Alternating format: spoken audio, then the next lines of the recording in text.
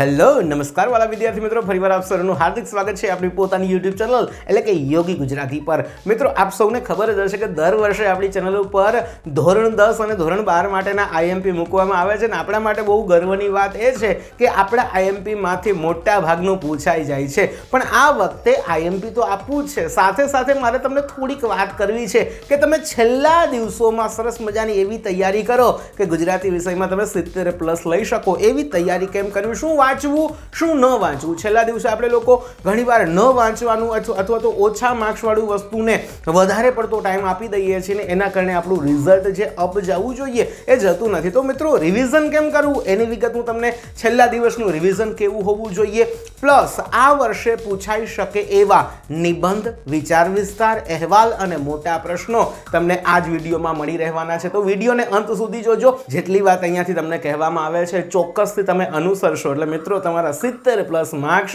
આવશે ને આવશે। તો સૌથી પહેલા આપણે છેલ્લા દિવસની તૈયારીની શરૂઆત કેવી રીતે કરવાની છે, કમસે કમ આ દિવસે 12 થી 15 કલાકની તૈયારી જોશે। છેલ્લા દિવસની તૈયારી 12 થી 15 કલાકની ગુજરાતી વિષય માટે આપણી કરવાની તૈયારી હોય ત્યારે આપણે 70+ જઈ શકીએ છીએ। અને આ રિવિઝનની વાત છે, રિવિઝન તમારું 12 થી 15 કલાકનું કરવાનું છે। સૌથી પહેલા બેટા શું કરવાનું છે, તો સૌથી પહેલા બેટા તમારે કરવાનું છે કે 1 થી 24 પાઠના કૃતિ, કર્તા, સાહિત્ય પ્રકાર, સંદર્ભ તમારને મોઢે થઈ જવા જોઈએ। આશા છે કે આ તો લગભગ તમારું કમ્પ્લીટ થઈ જ ગયું હશે, છતાં પણ એક નજર નાખી લેવાની છે। 10 મિનિટ કે 15 મિનિટ થાય તો થવા દેવાની, પણ કૃતિ, કર્તા, સાહિત્ય પ્રકાર, સંદર્ભ કેટલા માર્ક્સનું છે તમને ખબર હશે, 8 માર્ક્સનું થવાનું છે। 4 માર્ક્સનું પદ્ય વિભાગમાં, 4 માર્ક્સનું ગદ્ય વિભાગમાં। પહેલા શું કરી લેવાનું છે, 1 થી 24 ચેપ્ટરના કૃતિ એટલે કે પાઠનું નામ, એના કવિ અથવા તો લેખકનું નામ કડકડાટ મોઢે હોવું જોઈએ। કોઈ શીલવંત સાધુને બોલે એટલે મગજમાં ગંગા, સતી, બધું ભજન બધું યાદ આવી જવું જોઈએ કેમાંથી લેવામાં આવ્યું છે, જેને આપણે કહીએ છીએ સંદર્ભ। તો 1 થી 24 ચેપ્ટરના કૃતિ, કર્તા, સાહિત્ય પ્રકાર અને સંદર્ભ આપણને મોઢે હશે તો 8 નહીં, આપણને એ 10 થી 12 માર્ક્સમાં પણ ઉપયોગી થશે। એનું કારણ છે કે આપણે ઓલા જે મોટા પ્રશ્નો લખીએ છીએ ને એમાં પણ ઉપર કૃતિ, કર્તા, સાહિત્ય પ્રકાર, સંદર્ભ આપણે લખતા હોઈએ છીએ, તો એમાં પણ આપણને એ ઉપયોગી થશે અને આપણા માર્ક્સમાં એ વધારો કરશે। તો દરેક વ્યક્તિને જો હજી તમે ભૂલ પડતી હોય અથવા તો તમને એવું હોય કે ઓપ્શનમાં હશે એના આધારે તમે અંદાજિત લખી શકશો, તો એમાં ક્યારેક અંદાજો આપણું કામ નહીં આવે ને મોટા પ્રશ્નોમાં પણ તમે સરખું લખી નહીં શકો। એટલે ખાસ મિત્રો નમ્ર વિનંતી છે કે બધાય કૃતિ, કર્તા, સાહિત્ય પ્રકાર, સંદર્ભ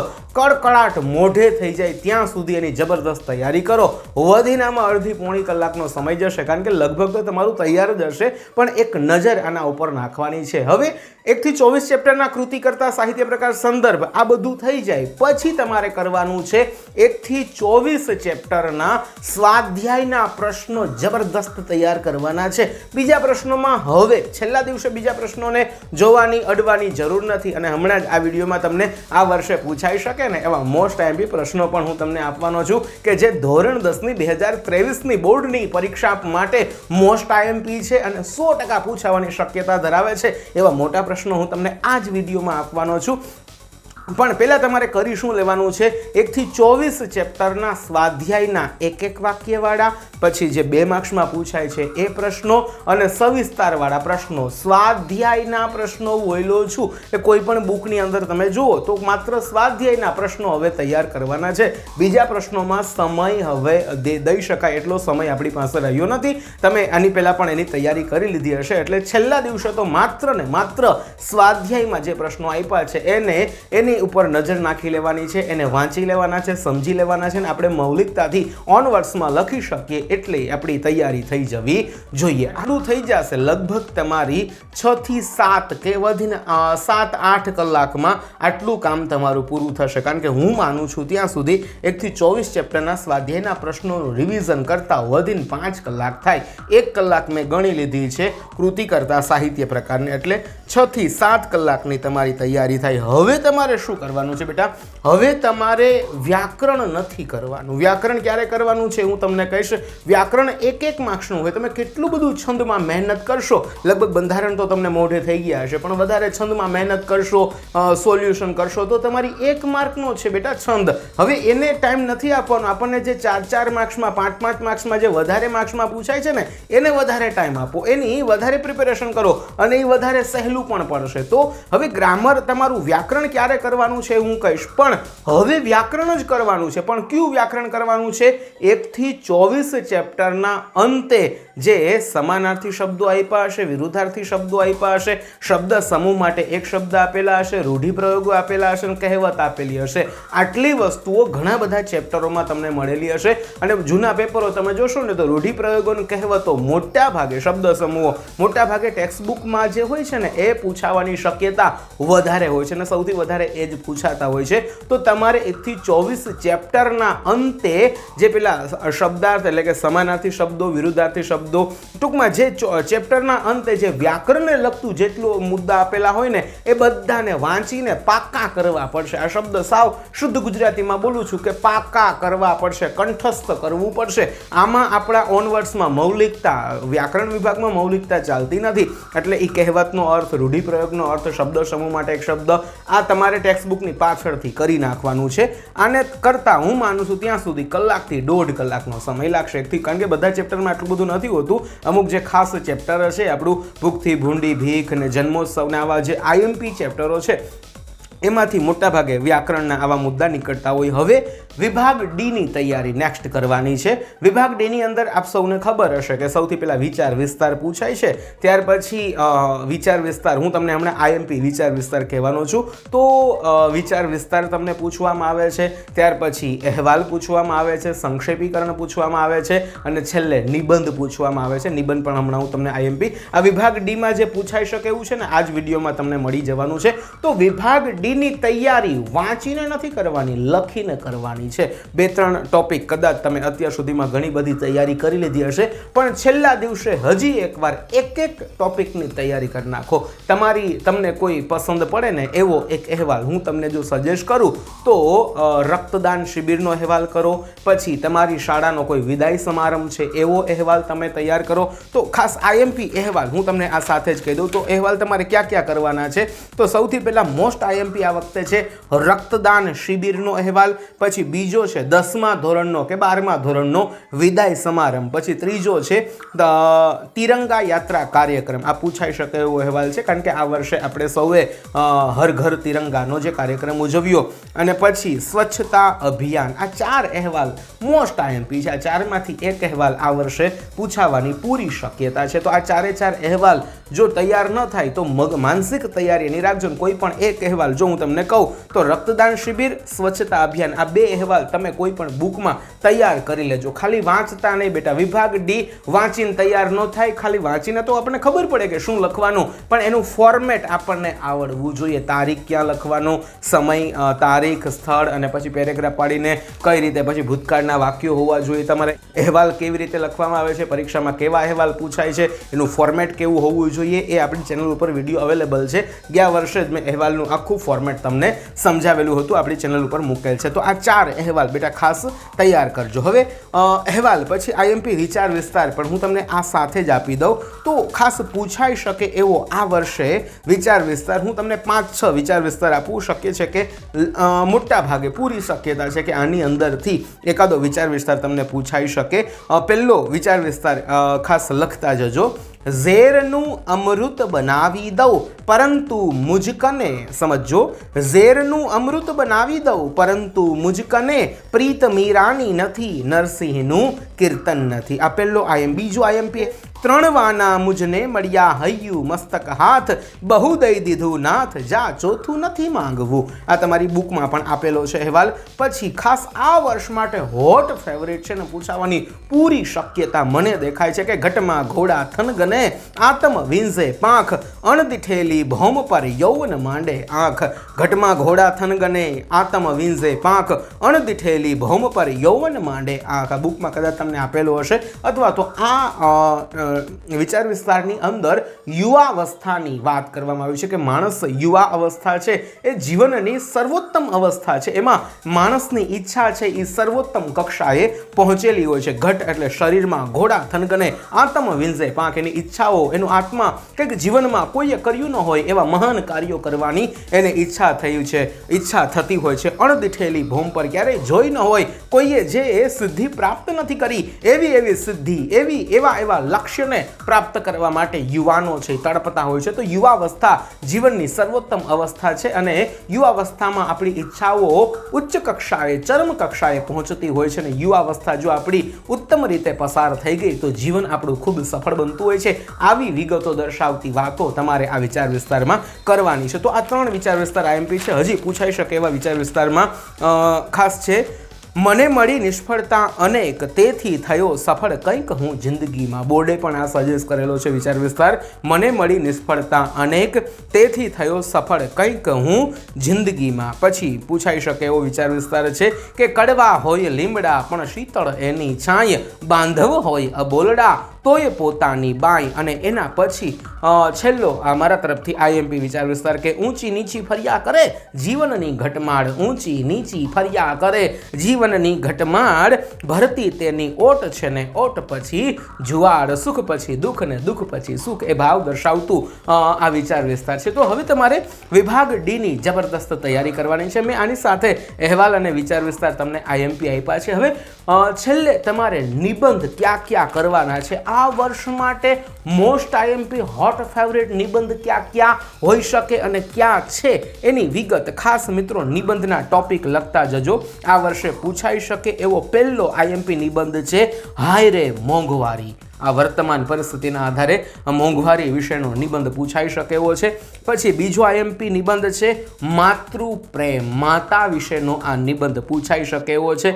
ત્રીજો આઈએમપી નિબંધ છે માતૃભાષાનું મહત્વ. આપણા હમણાં જ તમને ખબર હશે કે ગુજરાતી ભાષાને, માતૃભાષાને ફરજિયાત કરી દેવામાં આવી છે અંગ્રેજી માધ્યમમાં અને સીબીએસઈમાં બધે તમને ખબર હશે. તો એ દ્રષ્ટિએ માતૃભાષાનું મહત્વ પૂછાઈ શકે એવો નિબંધ છે. અને એના પછી ચોથો જે પૂછાઈ શકે એવો હોટ ફેવરિટ આઈએમપી નિબંધ છે પ્રાર્થના જીવનનું બળ. ખાસ આઈએમપી છે પ્રાર્થના જીવનનું બળ. પછી પૂછાઈ શકે એવો નિબંધ છે આધુનિક સાધનો શાપ કે આશીર્વાદ. તો આ 5 નિબંધો એવા છે. પછી પરિશ્રમ એ જ પારસમણી, માતૃભાષાનું મહત્વ, પરિશ્રમ એ જ પારસમણી. આ ખાસ. પછી ઉનાળાની બપોર શિયાળાની સવાર. લાગતું નથી કે પૂછાઈ શકે પણ પ્રાકૃતિક નિબંધો આવા નીકળતા હોય છે. તો આટલા નિબંધો બેટા ખાસ તૈયાર કરજો. આની આજુબાજુમાંથી એકાદો નિબંધ છે એ પૂછાવાની પૂરી શક્યતા છે. તો આ નિબંધની તૈયારી તમારે વ્યવસ્થિત રીતે, એક નિબંધ ખાલી તમારી રીતે લખજો. નિબંધ 8 માર્ક્સનો છે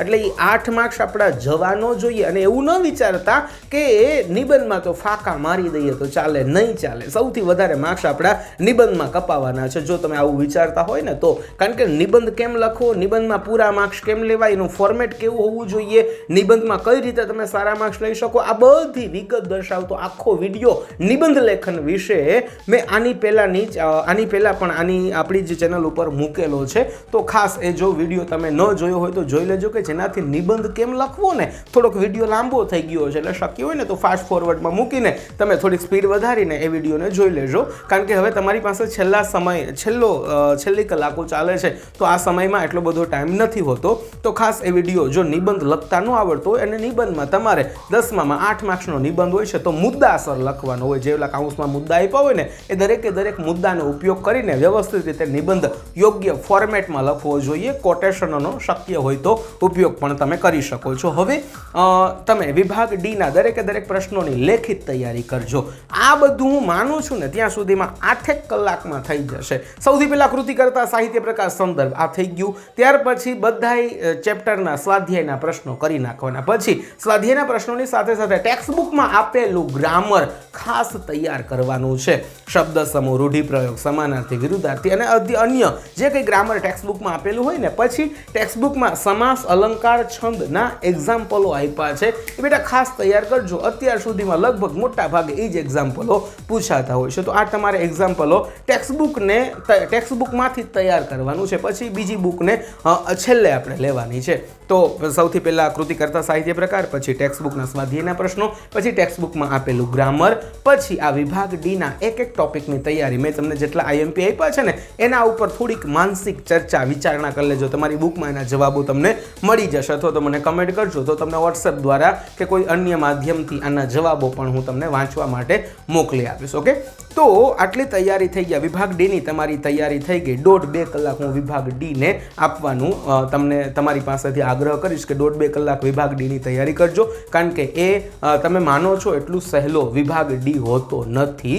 મોટાભાગે વિદ્યાર્થીઓમાં ફાંકા મારી દેશો ને ખોટું લખીએ તો ચાલે, ખાલી લખી પન્ના ભરવાના માર્ક્સ હોય એવું હોતું નથી બેટા. એમાં જ આપણા સૌથી વધારે માર્ક્સ કપાશે જો આવું વિચારશું ને તો. હવે આટલું તમે કરી લેશો તો મને ત્યાં સમજાય છે ત્યાં સુધીમાં લગભગ 8 કલાક જશે. હવે જે સમય આટલું કર્યા પછી 8 કલાક 10 કલાક જેટલું તમારે સમય જોતો હોય એટલો લઈ લેવાનો. પણ પછી જે સમય વધે ને એ પછી તમારે કોઈ પણ બુકનો ઉપયોગ કરીને અથવા તો તમારી પાસે ફેરબુક હશે, કોઈ નવનીત કે કોઈ પણ બુક હોય એમાંથી તમારે ગ્રામર તૈયાર કરવાનું છે. શું ગ્રામર? જે સમાસ, અલંકાર, છંદ, સમાનાર્થી, વિરુદ્ધાર્થી, જોડણી ભેદ, અર્થભેદ, આ પણ તમે ટેક્સ્ટબુકમાંથી જ કરજો. જોડણી ભેદ, અર્થભેદ, પણ આ બધું એક માર્ક્સમાં પૂછાય છે. એટલે પેલું આગળનું બધું જે મોટા પ્રશ્નો છે એને તૈયાર કરી લેવાના અને છેલ્લે જે ટાઈમ વધે ને એની અંદર આ તમારે ગ્રામરની, વ્યાકરણની તૈયારી કરવાની છે. ઓકે, અને આટલું કર્યા પછી હવે પરીક્ષાની અંદર પૂછાઈ શકે એવા 4 માર્ક્સવાળા જે પ્રશ્નો આ વર્ષે પૂછાવાની પૂરી શક્યતા ધરાવે છે એવા પ્રશ્નોની તૈયારી. એવા પ્રશ્નો કયા પ્રશ્નો પૂછાઈ શકે એવા છે? તો સૌથી પહેલો પ્રશ્ન છે મનીષાનું પાત્ર ચિત્રણ ભૂલી ગયા પછી કૃતિના આધારે લખો. બીજો આઈએમપી પ્રશ્ન છે ચોપડાની ઇન્દ્રજાળ આત્મકથાના આધારે જીવલાનું પાત્રાલેખન કરો. ત્યાર પછીનો ત્રીજો છે છત્રી ના ખોવાય એ માટે લેખકને કેવી સલાહ મળે છે. ત્યાર પછી ચોથો પૂછાઈ શકે એવો છે નિજ મંદિરમાં ઊભું કરેલું કૃષ્ણ જન્મોત્સવનું દ્રશ્ય વર્ણવો. પાંચમો, થોડોક ઝડપથી ચાલુ છું વિડીયોને, એવું હોય તો રોકીને તમે લખી લેજો. પાંચમો પ્રશ્ન છે ભૂખથી ભૂંડી ભીખ વાર્તાના આધારે દુકાળની ભયાનકતા આલેખો. પછી છઠ્ઠો પ્રશ્ન પૂછાઈ શકે એવો રેસનો ઘોડો વાર્તાના આધારે બાળકના ઘડતરમાં અડચણરૂપ બનતા પરિબળોની ચર્ચા કરો. સાતમો પ્રશ્ન પૂછાઈ શકે એવો જન્મોત્સવ નવલિકા દ્વારા લેખકે રજૂ કરેલો સામાજિક કટાક્ષ સ્પષ્ટ કરો. જન્મોત્સવ ચેપ્ટરનો છે. પછી આઠમો છે ઢેલ ઘોડીની વફાદારી અને ખાનદાની વિગતે વર્ણવો. નવમો ભૂખથી ભૂંડી ભીખ વાર્તાના આધારે કાળુનું પાત્રાલેખન. અને 10મો રાતો ચોપડો ફાડી નાખવા પાછળ લેખકનું મનોમંથન કેવું હતું. અને છેલ્લો 11મો પ્રશ્ન હિમાલયમાં એક સાહસ પાઠને આધારે હિમાલયની સાહસ યાત્રાનું વર્ણન કરો. આ ગદ્ય વિભાગમાં પૂછાઈ શકે એવા 4 માર્ક્સના આઈએમપી પ્રશ્નો છે અને આ પ્રશ્નો ખાસ તૈયાર કરજો. મોસ્ટ આઈએમપી આ પ્રશ્નો છે. તો આ ગદ્ય વિભાગના અને હવે પદ્ય વિભાગના થોડાક આઈએમપી પ્રશ્નો હું તમને લખાઈ દઉં કે જે તમારે ખાસ તૈયાર કરવા જોઈએ અને આમાંથી પૂછાવાની પૂરી શક્યતા છે. તો એમાં પહેલો જે આ વર્ષ માટે હોટ ફેવરેટ પ્રશ્ન છે એ છે દીકરી ગઝલ દ્વારા પિતા તરીકે કવિએ દીકરી પ્રત્યેના મનોભાવો કઈ રીતે વ્યક્ત કર્યા છે. ટૂંકમાં દીકરી કાવ્યમાં એક પિતા તરીકે કેવું કવિ અનુભવે છે એવું અહીંયા વર્ણન તમારે કરવાનું છે. બીજો આઈએમપી પ્રશ્ન છે શિકારીને કાવ્યનો ભાવાર્થ, એનો સાર, એનો મર્મ, એનો અર્થ તમારે લખવાનો છે. શિકારી કાવ્યમાં કવિ શું સમજાવે છે. ત્રીજો આઈએમપી પ્રશ્ન માધવને દીઠો છે ક્યાંય કાવ્યનો મધ્યમવર્તી વિચાર સ્પષ્ટ કરો. ચોથો નરસિંહ મહેતા વૈષ્ણવજનના કયા લક્ષણો જણાવે છે. પછી આગળનો 5મો આઈએમપી પ્રશ્ન છે વતનથી વિદાય થતા કવિની વેદના તમારા શબ્દોમાં વર્ણવો. 7મો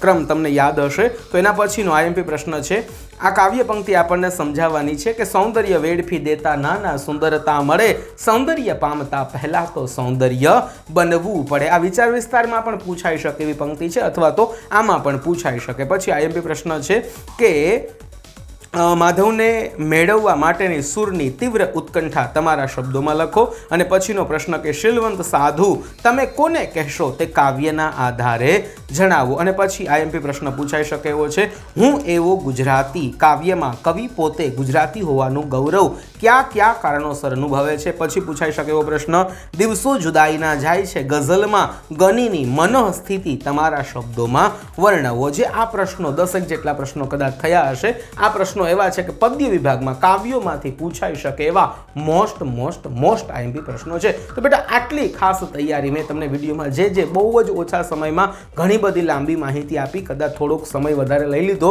મેં ધાર્યું તો ના કરતાં પણ સલાહ આ વાત આપણને ખબર હોવી જરૂરી છે. તો આમાં તમને આઈએમપી ટોપિક અને કઈ રીતે હવે છેલ્લા દિવસે આપણે રિવિઝન કરવું એની માહિતી મળી હશે. વિડીયો પસંદ પડ્યો હોય તો ચોક્કસથી લાઇક કરજો, તમારા મિત્રોને શેર જરૂર કરજો. અને નવા વિડીયો મેળવતા રહેવા માટે આ ચેનલ ઉપર તમારા પેપરનો સૌથી પહેલા સોલ્યુશન તમને મળી જવાનું છે. તો અત્યારથી ચેનલને સબસ્ક્રાઇબ કરી લેજો. ફરી મળીશું નવા વિડીયોમાં. ત્યાં સુધી આવજો. Bye bye. જય Shri Krishna. Best of luck.